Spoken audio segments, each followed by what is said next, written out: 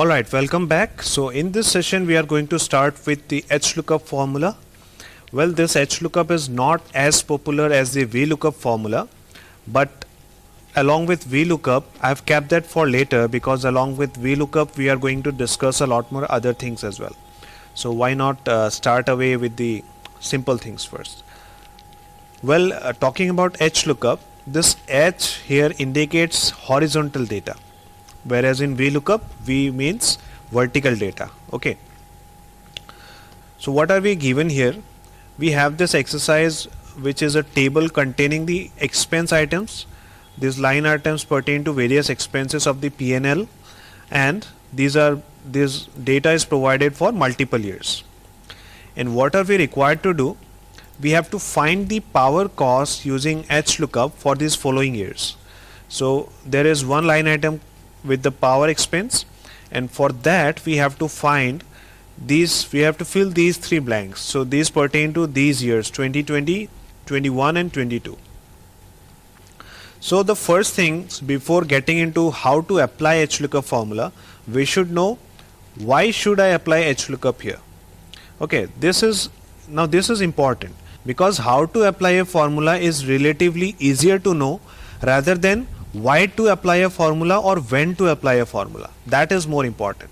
You should know why, when, what are the situations in which I should use this formula. So the applicability of HLOOKUP arises when the value that you are looking up for is present horizontally. In the given case, we have this power item fixed here. This is not changing. So the expense items which are given vertically is not bothering us. This portion is fixed. What is changing will be these years, the column headings. So since these will be changing as we move on, we are more concerned with the data that is given horizontally. So we need to apply here HLOOKUP formula. Now how to use it? So press equal. Now type HLOOKUP. You have this formula here. Press tab. Now the first thing that it asks is the lookup value. What is it that you want to look up for? So in this case the lookup value will be the column heading, because that is what is changing here. So let us keep this lookup value at C13, that is 2020, comma. Now it is asking for the table array. Now this is where do you want to search for this item. The first syntax, the first part of the syntax was lookup value, that is what do you want to search for. So we have selected the year 2020. Now the second thing is asking where do you want to search for it, and we want to search for it in this data range here. So you select this entire range using shift control down and shift control right. तो ये पूरा data हमने select कर लिया, and now press comma. We are done with two sections of the formula. The third one pertains to row index number. Now this is asking that row number, आपको कौन सी रो में ये पावर का figure मिलेगा. सो वो हमें एक्सेल को अभी बताना है, because Excel doesn't know where this power is written. We have to make Excel understand. So where is this power mentioned? It is in the third column. It is in the third row. And this row will be counted from where the data has been selected. जहाँ से आपका selection शुरू हो रहा है वहाँ से आप रो की काउंटिंग को स्टार्ट करेंगे. तो हम एक्सपेंस आइटम से स्टार्ट कर रहे हैं, तो यहाँ से 1 है, this is the first heading 1, raw material is the second and power is the third. So हमें यहाँ पर यूज करना होगा row number 3. Okay, now the last one is the range lookup, and that is given in brackets, so that is optional. So for now let us keep it separate and let us ignore that portion for some time, because we can proceed without the fourth part as well, without putting in the range lookup. So let us complete the formula now and press enter. What do we get? That for the power item in the year 2020 the figure is 5850, and that is what exactly we have here. Yes, so that means our formula is working fine. Now I want to copy and paste this formula here.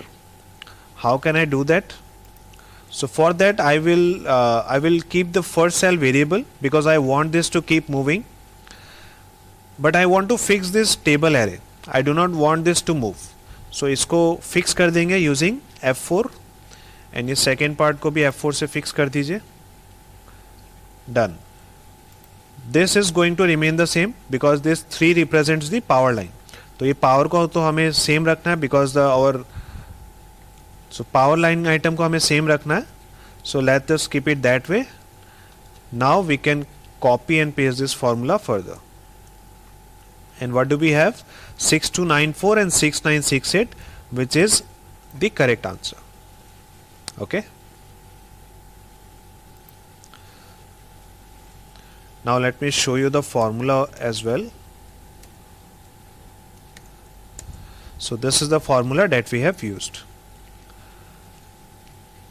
Now there is one problem in this formula.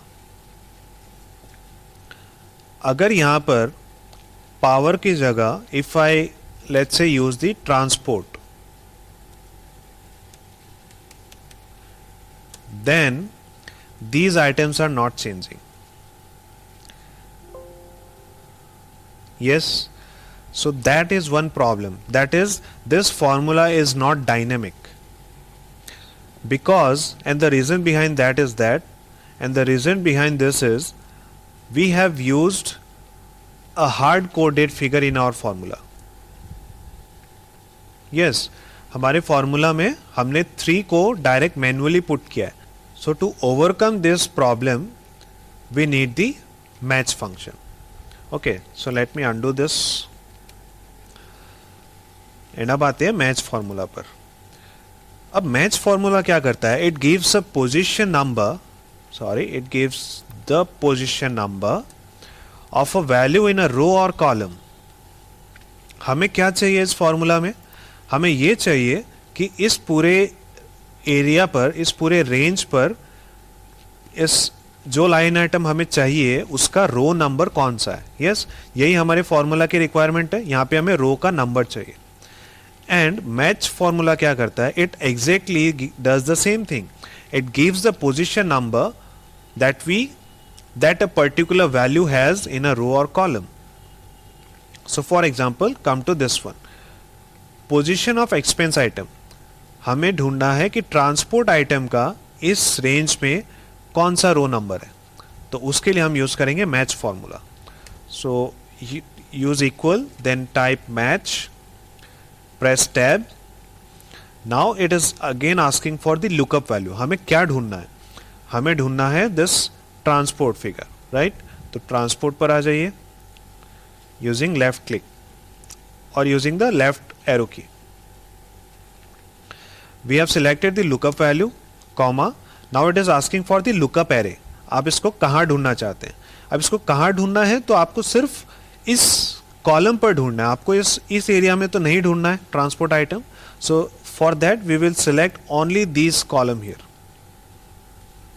Okay, we are done with the lookup array and now it is asking match type कि match कैसे करना है. Then usually we should, since this is a text item and more often we usually keep this exact match only.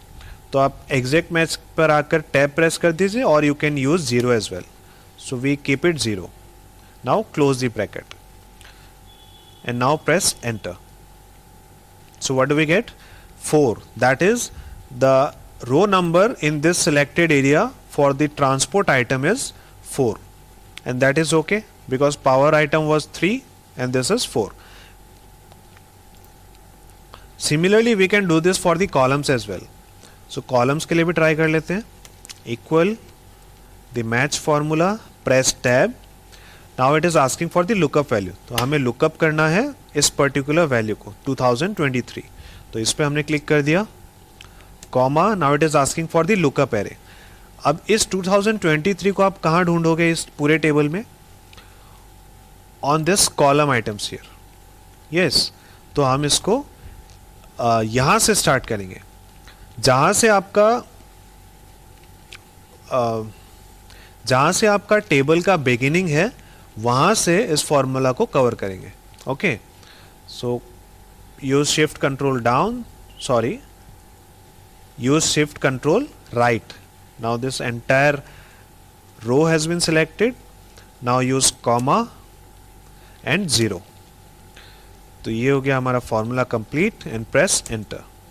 So what is shows column number 8. Count करके देखिए, this is the column number 1 2 3 4 5 6 7 8. So 2023 comes on column number 8. Okay, counting कहाँ से start होता है? जहाँ से आपने selection किया है. ये this column is irrelevant. Okay, जहाँ से आपने सिलेक्शन किया है वहाँ से काउंटिंग स्टार्ट होगा. सो ये हमारे पास रो नंबर आ गया एंड ये हमारे पास कॉलम नंबर आ गया. So this way you can find the reference for a particular row और a column. Now let us use the HLOOKUP formula along with this match function. ये मैच यूजुअली कभी भी अकेला use नहीं किया जाता है. आप इस मैच फॉर्मूला को कभी मतलब स्टैंड अलोन यूज नहीं करोगे. It is more often use with in combination with some other formulas. So अब हमारा HLOOKUP फॉर्मूला में इनिशियली प्रॉब्लम क्या था कि हमारा जो फॉर्मूला था उसमें ये जो फिगर है this row number that was hard coded, that was put manually. तो अब उस रो नंबर 3 की जगह पे हम मैच फॉर्मूला यूज करेंगे. तो चलिए अब HLOOKUP फॉर्मूला यूज करते हैं using the match function. So start करेंगे HLOOKUP, press tab. Now it is asking for the lookup value. तो हमें कौन से ईयर को ढूंढना है this time? Let us use these values here. तो हम 2023 को ढूंढते हैं for transport item. Okay, so हमने 2023 यहाँ सिलेक्ट कर लिया. That is this lookup, this is our lookup value. Now it is asking for the table array. This table array is going to be your entire range. तो इस पूरे area को select कर लीजिए. Shift control down and shift control right. Table array has been selected. Now the row index number. अब ये row index number हमने already यहाँ पर निकाल लिया यूजिंग द मैच फॉर्मूला. तो आप डायरेक्टली इस पर क्लिक कर दीजिए and now close the formula using shift 0 and press enter. So what do we get? 10270. Is it correct? Let us check out. Transport row per for 2023 we have 10270 and this is correct. Okay. Well, अभी इस case में हमने क्या किया, हमने पहले match formula अलग से यूज किया था, उसके बाद हमने HLOOKUP को सेपरेटली यूज किया. तो आप इन दोनों फॉर्मूला को कंबाइन भी कर सकते थे, एक साथ भी यूज कर सकते थे. Let me show you. HLOOKUP formula पहले यूज कीजिए. This is our HLOOKUP value. Table array remains the same, comma. अब रो इंडेक्स नंबर की जगह पे आपने जो फॉर्मूला यहाँ यूज किया था एज इट इज उसको यहाँ पर भी लिख लीजिए. तो हम ये अब यूज करेंगे मैच फॉर्मूला. यहाँ पर प्रेस कीजिए टैब.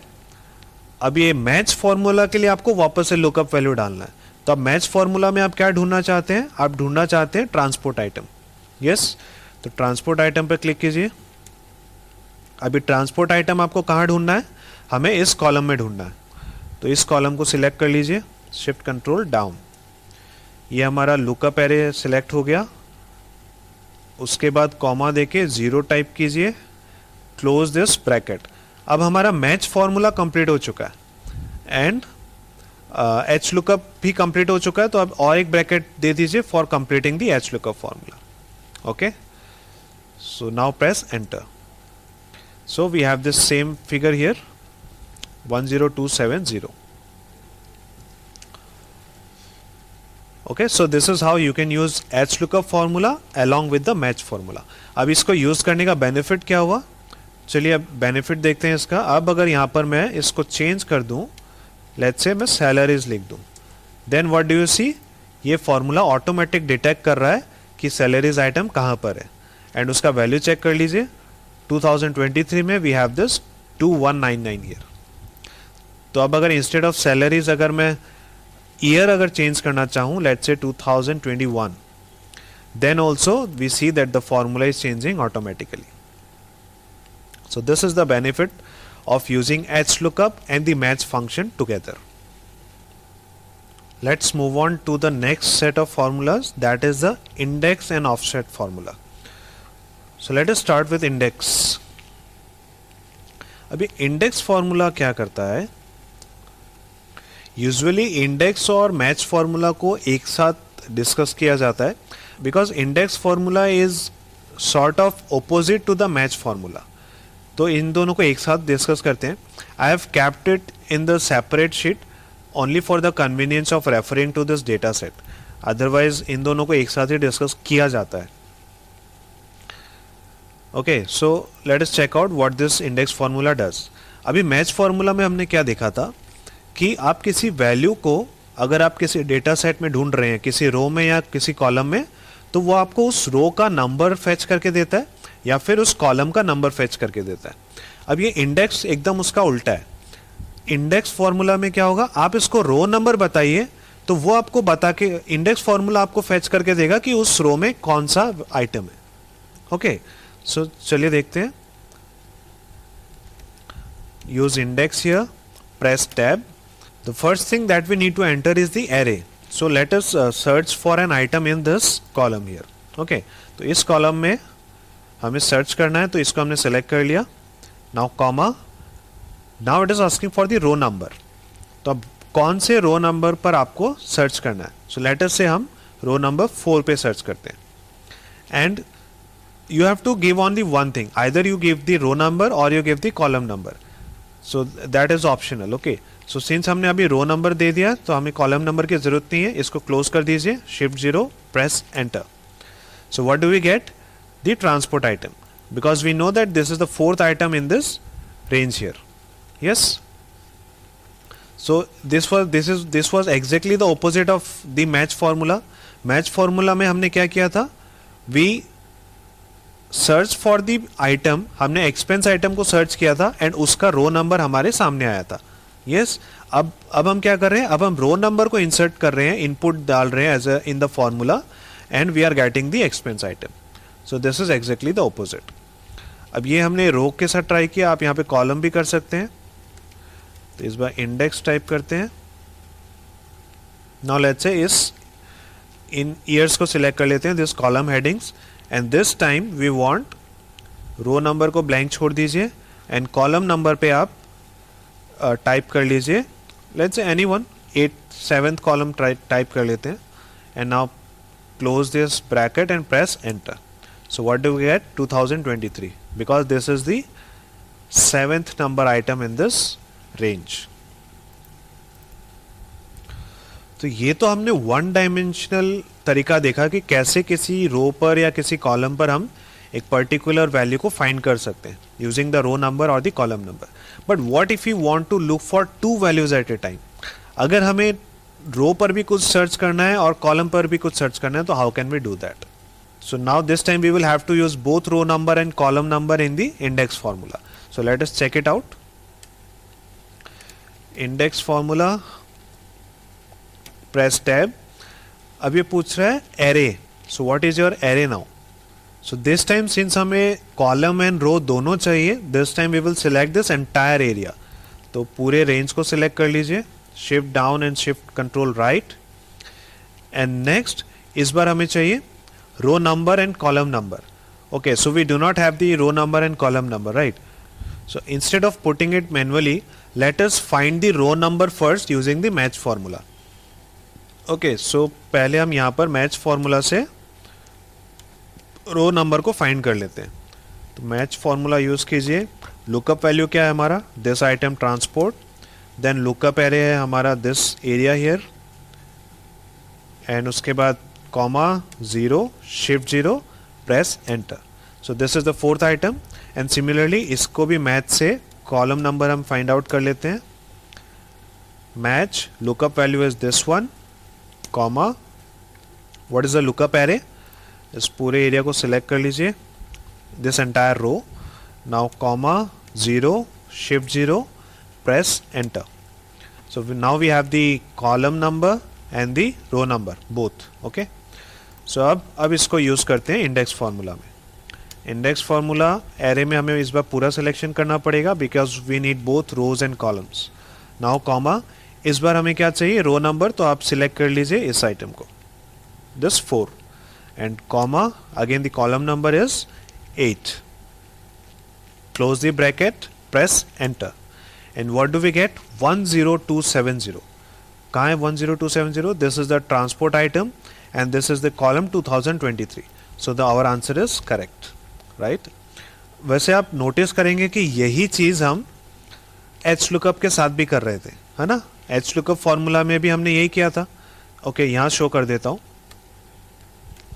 एच लुकअप फॉर्मूला में अभी हमने क्या किया था, we did the similar kind of thing, right. हमने पहले लुकअप वैल्यू लिया था, दिस कॉलम हेडिंग, देन फिर हमने टेबल एरे सेलेक्ट किया, फिर हमने रो इंडेक्स नंबर चूज किया था यहाँ से, एंड फिर क्लोज कर दीजिए, प्रेस एंटर. सो जो चीज़ हमने एच लुकअप से किया था वही चीज़ हम इंडेक्स से भी कर पा रहे हैं. Yes. Now I am showing this multiple applications because कब के सिचुएशन में आपको कौन से फॉर्मूला की जरूरत पड़ी, that you will be able to evaluate. चलिए, अब next is index and match together. तो अभी यहाँ पे हमने एक साथ मर्ज नहीं किया था, तो अभी हम इंडेक्स एंड मैच को एक साथ यूज कर लेते हैं. तो पहले इंडेक्स फॉर्मूला टाइप कीजिए. अब सिलेक्शन हमारा कंप्लीट रहेगा, shift control down, shift control right, ये हमारा सिलेक्शन हो गया. अब रो नंबर के लिए हम मैच फॉर्मूला को यूज करेंगे, match formula, then lookup value. What is the lookup value?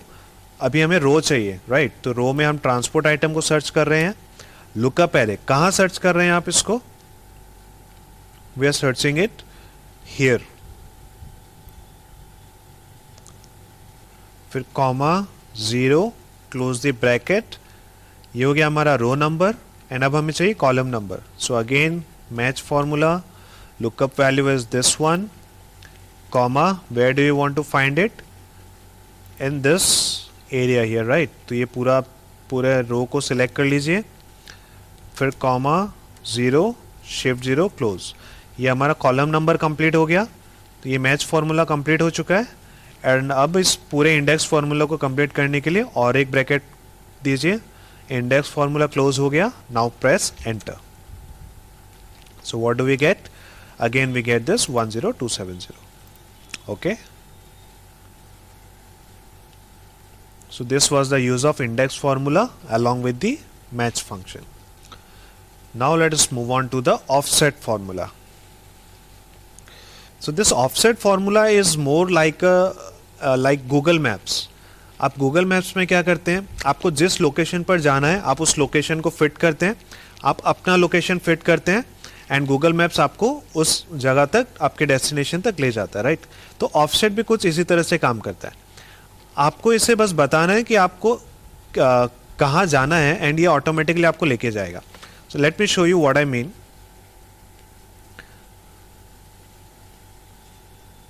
तो यहाँ देखिए हमारे पास जो एक्सरसाइज है इसी के through I will try to explain you.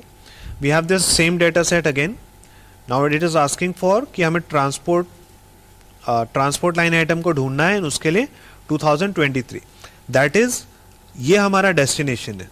Okay, this 10270 that is cell I31. This is our destination where we want to go. अब कहीं डेस्टिनेशन पर जाने के लिए गूगल मैप्स में सबसे पहले क्या पूछता है, डेस्टिनेशन के साथ आपको जो दूसरी चीज जो बतानी जरूरी होती है, that is the reference point, your starting point. आप कहाँ से स्टार्ट करेंगे तभी तो आपको डायरेक्शंस पता चलेगा.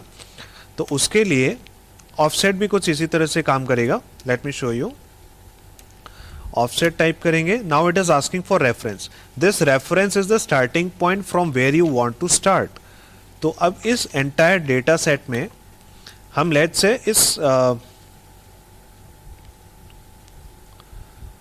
हम यहां से स्टार्ट करते हैं, ठीक है. I have just picked one corner of this data set, तो हम यहां से स्टार्ट करेंगे. अब यहां से ये हमने स्टार्ट कर लिया. अब आप कॉमा दे दीजिए. We have moved from the reference. Now it is asking for rows. That is अगर गूगल मैप्स के टर्म्स में बोलूं तो आपको कौन सी गली में जाना है. ये सभी क्या है, all these rows are various streets. तो आपको इनमें से कौन सी स्ट्रीट पे जाना है. I need to go to the transport street, right, कि हमें इस गली में जाना है. तो इस गली में जाने के लिए आपको number 1, number 2, number 3, this is the third street expense को काउंट नहीं करेंगे इस बार, बिकॉज वहां पर तो हम ऑलरेडी हैं। तो जो हमारा फर्स्ट चेंज जो होगा that is this raw material sheet, this raw materials row. So this is the first street, this is the second one and this is the third one. तो हमें तीन नंबर गली पे जाना है, तो आप यहाँ पे टाइप कर दीजिए 3 नंबर। ये हो गया और हमारा रोज। तो अब हम यहाँ से कहाँ पहुँच चुके हैं, यहाँ ट्रांसपोर्ट आइटम पे पहुँच चुके हैं। Now give a comma. अब इस पॉइंट से आपको कहाँ जाना है, अब इस पॉइंट से हमें जाना है 2023 पर। So that is so you can compare it with that कि इस स्ट्रीट में आपका घर का नंबर कौन सा है। Now these are all various houses. So आपको हाउस नंबर 1 में जाना है, हाउस नंबर 2, लेकिन we need to go to 3, 4, 5, 6, house number 7। Okay, so हमें इस ट्रांसपोर्ट गली में हाउस नंबर 7 पे जाना है। सो उसके लिए I will have to press 7। Okay, तो ये मुझे क्या करेगा, अब ट्रांसपोर्ट से मूव होकर हम यहाँ पर आ गए। तो अब अगर इसमें उसके बाद और भी सिंटेक्स में और भी आइटम्स है, height and width, but that is optional, तो उसको थोड़ा बाद में देखते हैं। Now let me complete this formula and now press enter. So what do you see, हम अपने डेस्टिनेशन पर पहुंच गए। सो कैसे पहुंचे हम डेस्टिनेशन पर, हमने स्टार्ट किया था कोई एक रेफरेंस पॉइंट से। This was an arbitrary reference point. ये कुछ जरूरी नहीं है हम एक्सपेंस ही लें, इसके जस्ट बाद I will show you by changing the reference point also. तो हमने जस्ट रैंडमली किसी सेल को सिलेक्ट किया, वहाँ से हमने अपनी जर्नी को स्टार्ट किया। First we move on to the transport item, that is हमने पहले रो को चेंज किया, हमने गली नंबर चूज किया पहले, उसके बाद हमने हाउस नंबर सिलेक्ट किया। So house number that is in this row, where do you want to land, तो आप कौन से कॉलम पर जाना चाहते हैं, तो उसके लिए हमने यहाँ पे 7 सिलेक्ट किया था। ओके, अब यही चीज हम किसी दूसरे रेफरेंस पॉइंट से स्टार्ट करते हैं। तो इस बार जो हमारा स्टार्टिंग पॉइंट होगा, लेट से हम यहाँ पर पहुंच चुके हैं, हम ट्रांसपोर्ट एकदम गली के स्टार्टिंग पर पहुंच चुके हैं। ओके, सो अब यहाँ से हम डेस्टिनेशन तक हमें वापस यहीं पर जाना है 10270। So how can we move there, comma दीजिए। Now it is asking for rows, कि आपको अगर गली चेंज करना है तो यहाँ रोज में डालिए। अगर बट इस केस में हम ऑलरेडी हमारे डेस्टिनेशन वाली गली पर ही खड़े हैं, तो हमें गली चेंज ही नहीं करना। तो इसलिए हम क्या कर सकते हैं, what we will have to do, we will have to use 0 this time, because this time we do not want to chase the rows. Okay, so done with the rows, give a comma. Now it is asking for columns. गली में खड़े हैं, but अब घर का number तो आपको बताना पड़ेगा ना, तभी गूगल मैप्स आपको वहां तक लेके जाएगा। तो अब column number again remains the same. हमारा हाउस नंबर कौन सा है, 7, तो ये हो गया 7 नंबर। अब इसको क्लोज कर दीजिए, प्रेस करेंगे एंटर, तो आ गया 10270।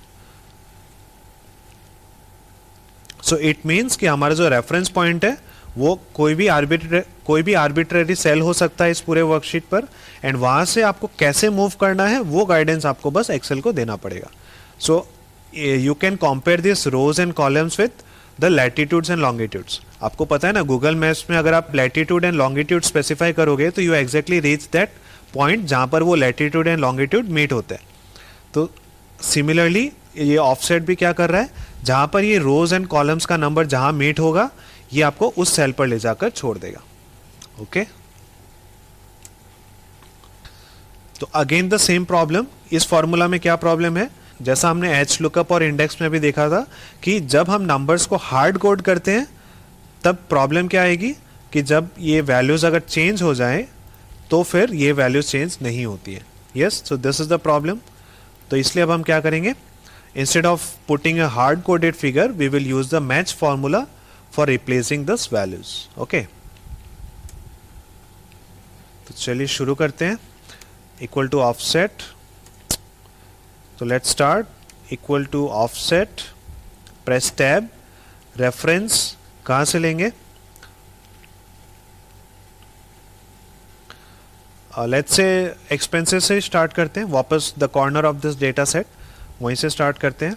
कॉमा, रोज, क्या आपको रोज शिफ्ट करना है, यस करना है। तो अगर करना है तो आपको मैच फार्मूला यूज करना पड़ेगा, मैच फार्मूला। अब now this is asking for the lookup value, तो मैच फार्मूला हमें ऑलरेडी यूज करना आता है। पहले आपको लुकअप वैल्यू चाहिए, हमें ट्रांसपोर्ट ढूंढना है, ये हो गया क्या ढूंढना है। उसके बाद लुकअप एरे कहाँ ढूंढना है, कहाँ ढूंढना है, तो हमें इस रेंज पे ढूंढना है।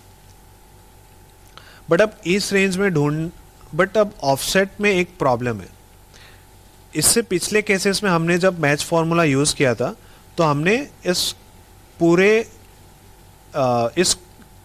इस डेटा सेट में पूरे कॉलम को सिलेक्ट कर लिया था, that is this entire all the रोज।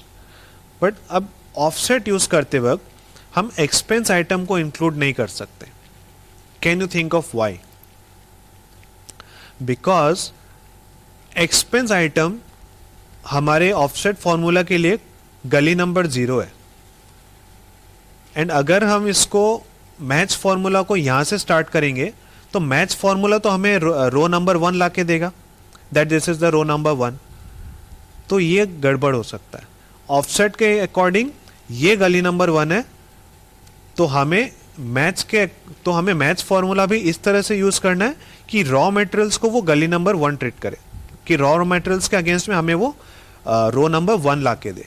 सो इसीलिए ऑफसेट के साथ जब हम मैच यूज करेंगे तो we will make this selection from just below the reference point, reference point से स्टार्ट नहीं करेंगे। Okay, you got the difference right? In case you haven't, I will show you again what problem is going to come, but अभी के लिए raw material से start कीजिए and इस पूरे रेंज को सिलेक्ट कर लीजिए। कॉमा 0 शिफ्ट 0, ये हो गया हमारा रोज कॉलम कंप्लीट। अब कॉमा दे दीजिए। अब आते हैं कॉलम्स पर। तो ये रोज फिल करने के बाद हम कहाँ पहुंचे? हम पहुंच गए यहाँ ट्रांसपोर्ट आइटम पर।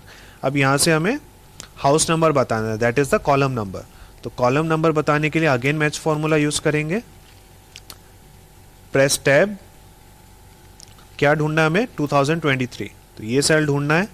कहाँ पर ढूंढना है? Again this time also expense जो आपका स्टार्टिंग पॉइंट है उसको इग्नोर कीजिए, जो उसका नेक्स्ट सेल है वहां से आप सिलेक्शन कीजिए। कॉमा 0 शिफ्ट 0, हमारा मैच फॉर्मूला कंप्लीट हो चुका है एंड हमारा जो ऑफसेट फॉर्मूला है वो भी कंप्लीट है। तो इसको शिफ्ट 0 से ब्रैकेट और एक क्लोज कर दीजिए and now press enter. So where do we reach? Again 1070। So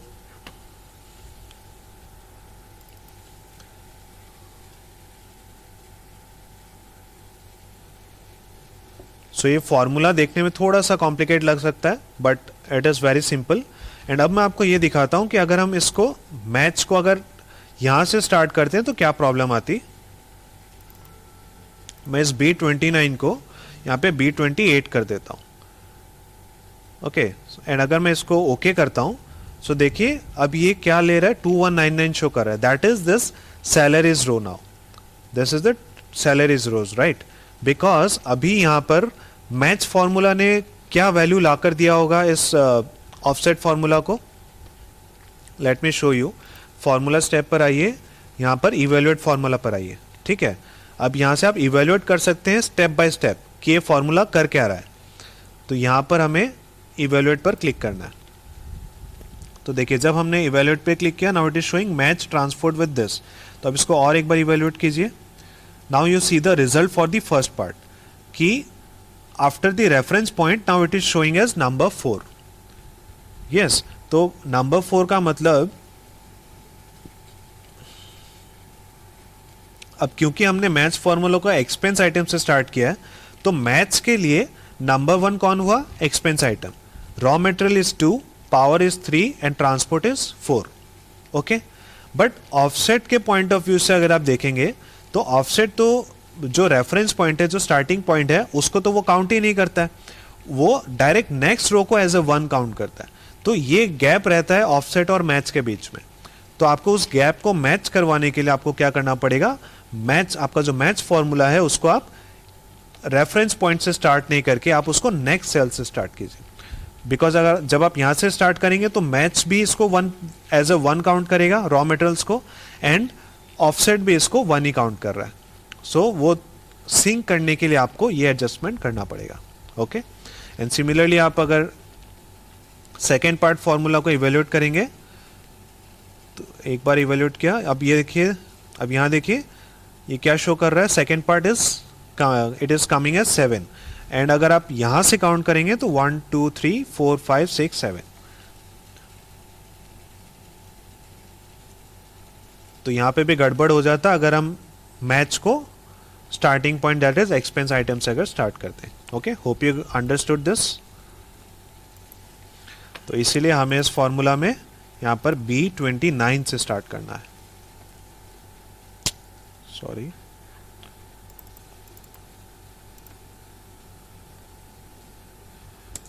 okay. Okay, so now let us take the discussion further and let me show you what this height and width means. Okay, so what was our starting point? This transport here.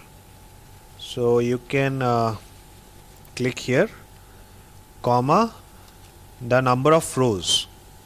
So this time the number of rows will be 0 because we do not want to move above or below this transport row. So there to skip it 0.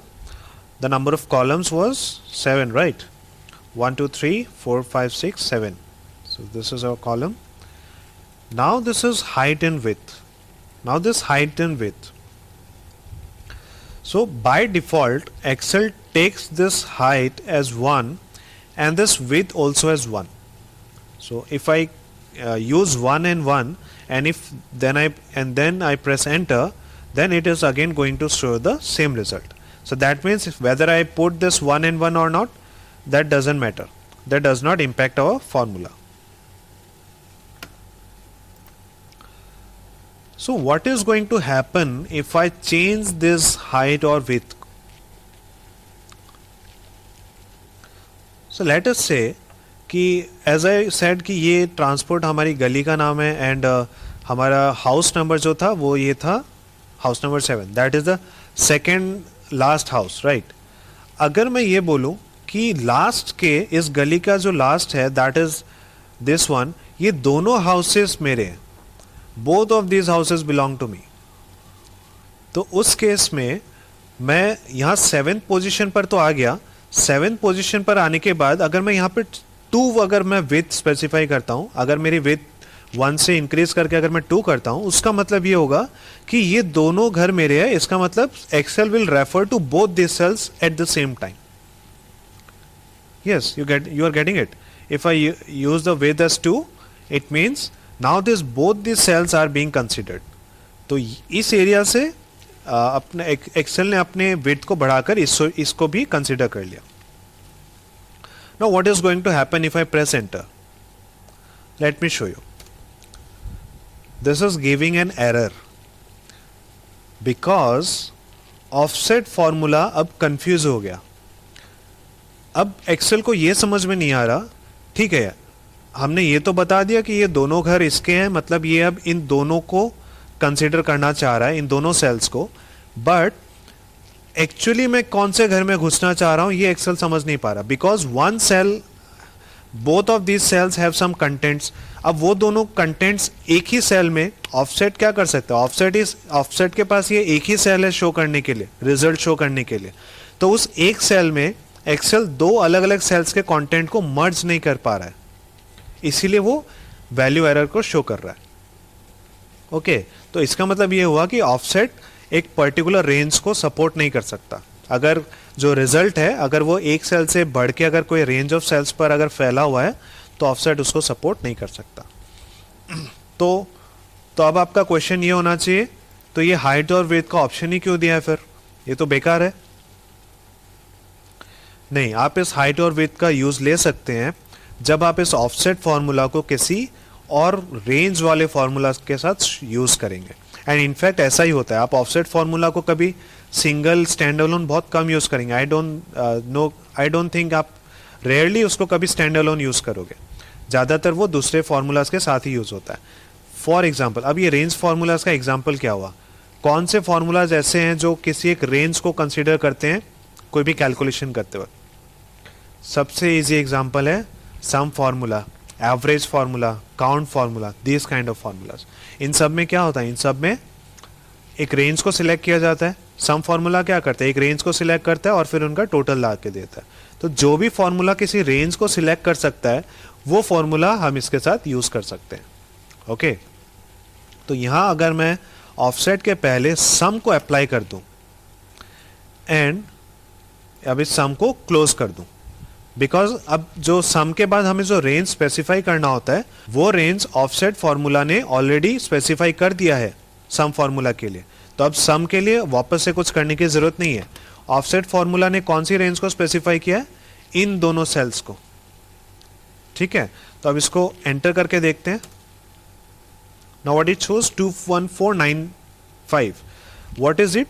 This is the sum of this two cells. यहां नीचे check कीजिए, सम 21495। तो इसका मतलब हम offset से जो सोच रहे थे कि हम इन सेल्स पर पहुंच चुके हैं, हमारा सोचना सही था, एंड सम ने उसका हमें रिजल्ट भी शो करके प्रूव कर दिया कि ये सही है, हमारी लोकेशन बिल्कुल सही है। ओके, तो इस केस में तो हमने क्या किया, हम इस सेल पर पहले आए थे, हमने क्या किया था, पहले हम स्टार्टिंग पॉइंट हमने ट्रांसपोर्ट लिया था, फिर वहां से हम पहले इस सेल पर पहुंचे थे। जब हमने इसको रोज को 0 रखा एंड कॉलम्स को 7 रखा तो हम इस सेल पर पहुंचे, एंड जब हमने विड्थ को स्पेसिफाई कर दिया 2 तो हम इस सेल से यहां तक एक्सपांड हो गए। बट क्या मैं इस साइड भी एक्सपांड कर सकता हूं on the left hand side of this cell, because ये हमारा अभी लोकेशन बन चुका है, ये हमारा घर है 10270। अब मैं इसका राइट हैंड साइड एक्सटेंड नहीं करना चाहता, मैं लेट से लेफ्ट हैंड साइड एक्सटेंड करना चाहता हूं। सो आप वो भी कर सकते हैं by changing this number to negative. आप अगर यहाँ पे -2 लिखेंगे एंड फिर आप एंटर प्रेस करेंगे, then Excel will take a sum of these two cells. तो यहाँ नीचे चेक कीजिए 19659। सो इसका मतलब अभी ये दोनों सेल्स कंसीडर हो रही हैं एंड इनका सम यहाँ पर शो हो रहा है। So this is how we can play around with the offset formula. तो अब इसी कॉन्सेप्ट को यूज करके हम हमारा नेक्स्ट क्वेश्चन को अटेंड करते हैं। So what is our next challenge? That we have to find the average of transport expense in the last 3 years। मतलब इन तीनों साल में जो भी एक्सपेंस आइटम है, दैट इज जो भी एक्सपेंस हुआ है इन द ट्रांसपोर्ट कैटेगरी, उसका हमें एवरेज चाहिए। So how can we do that? अब क्योंकि हमें एवरेज चाहिए तो ये चीज तो कंफर्म है कि एवरेज फॉर्मूला का यूज तो आएगा। यस, तो एवरेज फॉर्मूला यूज होगा, इसमें कोई शक नहीं है। एंड अब हमें क्या चाहिए? बस ऑफसेट फॉर्मूला को इसमें कैसे यूज करें वो समझना है। तो ऑफसेट फॉर्मूला को यहां पे पुट करेंगे।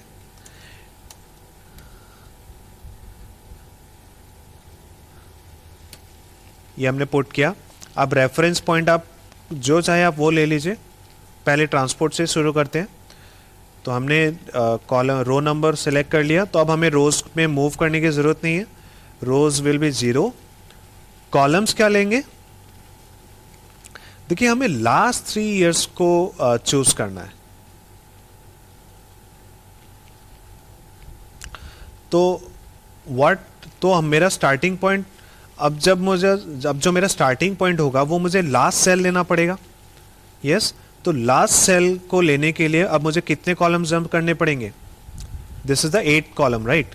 तो हमें यहाँ पे 8 यूज करना पड़ेगा। उसके बाद हाइट हमारा 1 रहेगा। हाइट एंड विड्थ कभी भी 0 नहीं हो सकते, वो मिनिमम 1 तो होंगे ही। ओके, एंड हाइट हमें इस बार इंक्रीज नहीं करना है, हमें सिर्फ विड्थ चेंज करना है। हम कॉलम वाइज मूव करना चाहते हैं, तो हाइट 1 ही रहेगा एंड विड्थ जो है हमारा वो हो जाएगा 3 years है, तो 3 होगा। एंड दैट टू हमें किस डायरेक्शन में मूव करना है? राइट की लेफ्ट? लेफ्ट डायरेक्शन में मूव करना है, तो हम यहाँ पे -3 यूज करेंगे। ब्रैकेट क्लोज कर दीजिए। ये ऑफसेट फॉर्मूला का क्लोज हो गया। एंड अब वापस से एवरेज को भी क्लोज कर दीजिए and press enter. So what do we get? 10295। Is it correct or not? तीनों को सिलेक्ट करके देखिए, यहाँ नीचे बॉटम में 10295 शो कर रहा है, तो हमारा फॉर्मूला करेक्ट है। अब यहीं पर मैं एक और चीज आपको दिखा दूं कि ये सेम फॉर्मूला अगर हम यूज करते तो लेट से हम -3 पे नहीं आना चाहते, हम राइट डायरेक्शन में ही मूव करना चाहते हैं, तो आपको क्या करना पड़ता? आपको कॉलम नंबर 2022 तक आना पड़ता पहले, तो उसके लिए आप कॉलम नंबर 6 तक आते। कॉलम 6 तक आने के बाद आप यहाँ से तीन स्टेप आगे मूव कर सकते थे with the by changing the weight to +3। And इस बार भी अगर आप एंटर प्रेस करेंगे, so this is going to give you the same formula, this is going to give you the same result. Okay, so this is also 10295। तो अब आपको idea लग गया कि ऑफसेट से हम किस तरह से मूव कर रहे हैं, कैसे एक पॉइंट से दूसरे पॉइंट पे हम मूव कर रहे हैं। यस, तो अब इस फॉर्मूला को भी हम और थोड़ा डायनेमिक बना सकते हैं, बिकॉज अभी इसको मैं रिमूव कर देता हूं। चलिए इसको मैं यहां साइड कर देता हूं। तो हमने यहाँ पे क्या फॉर्मूला यूज किया है वो दिखा देता हूँ आपको। ये हमारा फॉर्मूला था यहाँ पर, एंड यहाँ पे हमने ये फॉर्मूला यूज किया। बट अभी भी इन दोनों फॉर्मूलाज में क्या प्रॉब्लम है कि हमने फिगर्स को हार्ड कोडेड लिया है। This 8 and 6 all these have been written manually, right. तो हमारा हमेशा ऑब्जेक्टिव क्या रहता है, फॉर्मूला इस तरह से लिखा जाए कि वो डायनेमिक हो, कुछ भी चेंजेस हो अगर डेटा सेट के साथ तो वो ऑटोमेटिकली कवर हो जाए। अब इस डेटा सेट में क्या चेंजेस हो सकते हैं, अब नेक्स्ट ईयर हो सकता है, या in fact this is a case of projections. तो हम क्या सिचुएशन हो सकती है कि अगर लेट्स से मुझे इन प्रोजेक्शंस को और 2 साल इंक्रीज करना पड़ गया या और 5 साल इंक्रीज करना पड़ गया, तो उस केस में अगर मुझे लास्ट 3 इयर्स चाहिए तो हम कैसे लेंगे, बिकॉज बार बार काउंट करके ऐड करना तो इज अ प्रॉब्लम, राइट। तो उसके लिए हमें क्या करना पड़ेगा, लेट मी शो यू। फिर से फॉर्मूला हमारा एवरेज ही रहेगा, start with an equal, then the average formula, press tab, now we will use offset, press tab again. What is our reference point? This transport cell here, comma, अब पूछ रहा है rows, so we do not want to shift to the rows anymore, so we do not want to shift rows, so press 0, comma, it is asking number of columns now। तो यहाँ पे हमें change करना है, इसको dynamic बनाने के लिए हम यूज करेंगे काउंट फॉर्मूला भी यूज कर सकते हैं, काउंट ए भी यूज कर सकते हैं। अगर यहाँ पे आपको लगता है आपका जो डेटा सेट है अगर उसमें किसी केस में नंबर्स के अलावा अगर टेक्स्ट भी आ सकता है तो आप काउंट ए यूज़ कीजिए, अदरवाइज सिर्फ नंबर्स के लिए तो काउंट एनफ है। तो हमारे केस में सिर्फ नंबर्स है तो हम काउंट ही यूज़ कर लेते हैं। What will be our starting point, यहाँ से करूँ कि यहाँ से करूँ, always never start from the reference point, from the starting point, always start just next to the starting point, okay, whenever we are using offset formula। तो हम select करेंगे not only till here, in fact beyond, because in future data यहाँ पर add होगा ना, तो हम पहले से यहाँ पर selection करके रख लेते हैं। तो close the count formula, तो हम columns done हो गया हमारा, height will remain 1 only, and height कभी भी 0 नहीं हो सकता, height and width this has to be 1, minimum 1, और विथ हो गया हमारा what do we want 3 last 3 years, right, so -3। Close कर दीजिए एंड एवरेज फार्मूला को भी क्लोज कर दीजिए and press enter. So this is our formula. अब ये डायनेमिक कैसे है चलिए चेक करते हैं। यहाँ पे कुछ वैल्यूज प्रेस करके देखिए, अगर मैं कोई भी वैल्यू टाइप करता हूँ तो उसका रिजल्ट मुझे यहाँ पर दिखाई दे रहा है, ओके। तो यहाँ लेट्स से अगर मैं और कुछ करता हूँ तो यहाँ पे वैल्यूज चेंज हो रहे हैं। So this is how we can make this formula more dynamic, okay. So enough of talking from my side. अभी तक सब कुछ मैंने किया है, अब कुछ आपको करना है।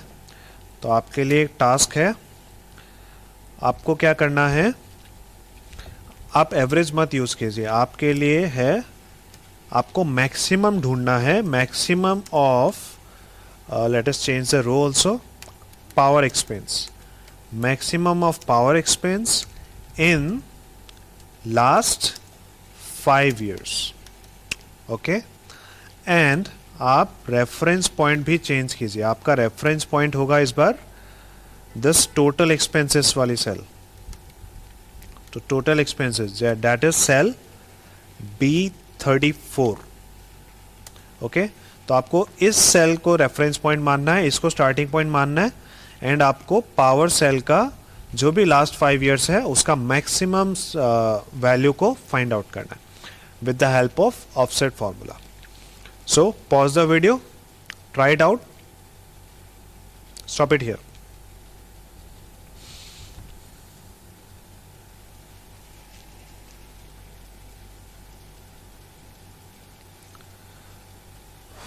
All right, so hope you were able to do it. Let us walk through the solution now. Equal to, तो इस बार एवरेज यूज नहीं किया आपने, क्या फॉर्मूला यूज किया, मैक्स.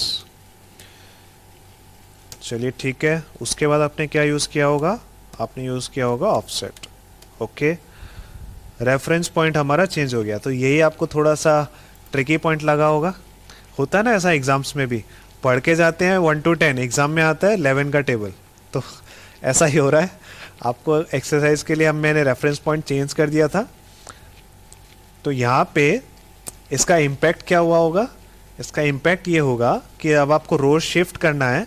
तो रोज आपको कितना शिफ्ट करना है, 1 2 3 4. काउंटिंग कहाँ से स्टार्ट करेंगे, हमेशा next to the starting point. तो दैट इज अदर से मेरा काउंटिंग स्टार्ट होगा 1 2 3 4.